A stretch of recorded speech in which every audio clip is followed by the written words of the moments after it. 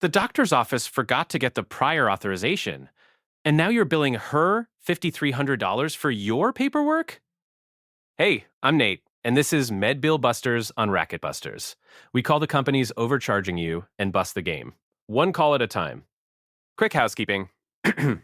We do this pro bono for a few folks. We don't hand out our contact info, and this is for entertainment and education only, not legal or financial advice. But you'll pick up a trick or two. Today's client is Whitney. Whitney's insured, in network, and her doctor ordered a procedure she needed. But the provider never got the prior authorization the plan required, so the insurer denied it. And then the hospital billed Whitney the whole thing, $5,300. They dropped the paperwork and want Whitney to pay for it. Let's dial in. Thank you for calling patient billing. This is Sanjay. Hi, Sanjay. I'm calling about a patient's account, Whitney. There's a $5,300 balance on a claim the insurer denied, and I want to understand it. Of course. Before I can go over it, I'll need to verify the account number and the patient's date of birth. And are you authorized on Whitney's account? Account ends in... And the date of birth is... And yes, I'm the authorized advocate on file for Whitney. Okay, so why was this denied? The claim was denied for no prior authorization, sir. When a service isn't authorized, the balance becomes the patient's responsibility.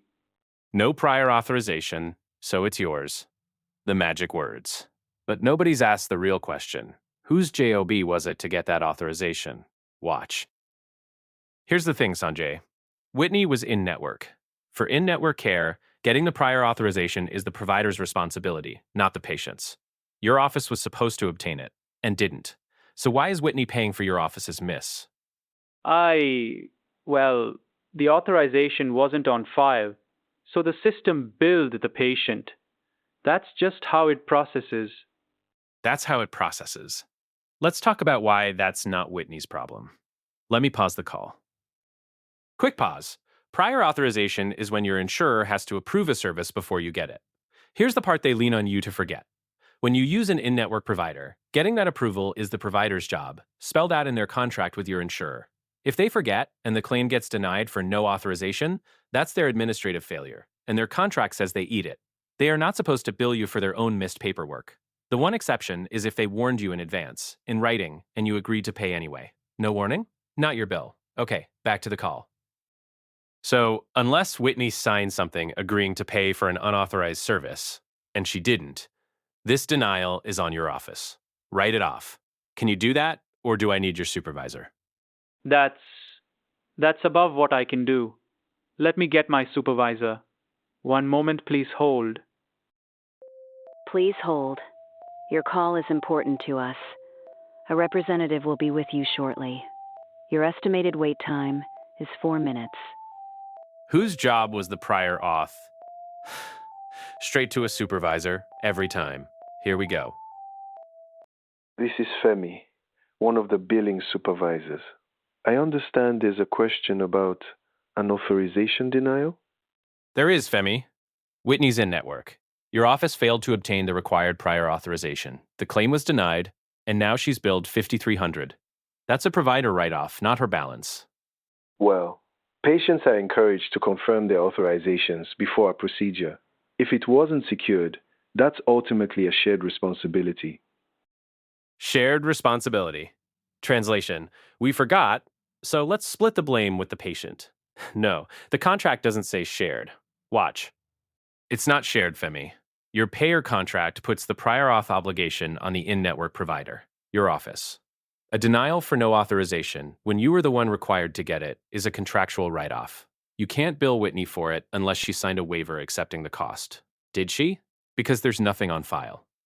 I can submit it for a retro authorization review, but if the insurer upholds the denial, the balance may stand. If the retro authorization fails, it still doesn't fall to Whitney.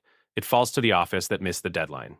Submit the retro authorization, and if it's denied, adjust it as a provider write-off. Either way, her balance goes to zero. And send the itemized bill. Fine. I'll file the retro authorization and flag the account so it isn't sent to collections while it's pending. Good. And that itemized statement, I want to see everything they charged for. A couple days later, the itemized shows up, and one line is on there twice. An MRI. Billed once and then billed again. Same code, same date. $1,500. Doubled. A straight up duplicate. Let's call back. Patient billing. This is Sanjay. Sanjay, Nate again, on Whitney's account. Good news, the authorization denial's being written off. Bad news, the same MRI is billed twice on here, $1,500 each. Oh, let me pull the charges. A duplicate, the same service billed twice. And you might be thinking, the whole bill's getting written off, so who cares? Here's who. If that retro authorization gets approved, insurance reprocesses this, and you'd owe your share of a second MRI that never happened, and any wrong charge left on your record can come back, rebilled, sent to collections, or on your credit.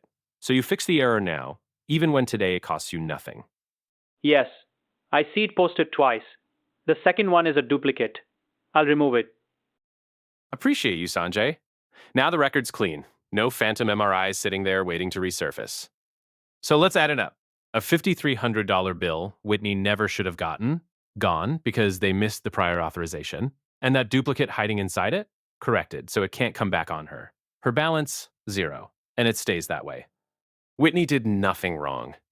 Her doctor's office dropped the paperwork, and the system quietly tried to make it her problem. That's the move. Turn their mistake into your bill.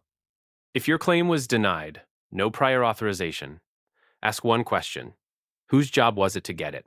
In network, that's the provider's. Their miss is their write-off. Make them take it back.